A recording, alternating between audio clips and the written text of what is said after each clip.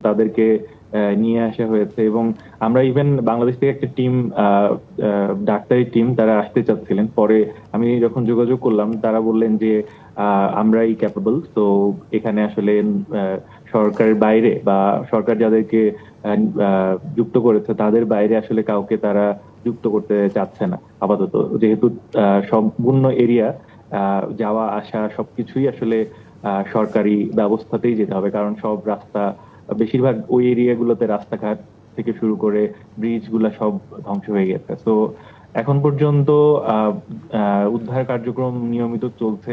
এবং আহ আহ কিছু সকালের দিকে, কালকে বিকেলের দিকে, সন্ধ্যার দিকে কিছুটা বৃষ্টি হয়েছিল, বাট পরবর্তী থেকে আহ আহ, আবহাওয়া ঠিকই আছে।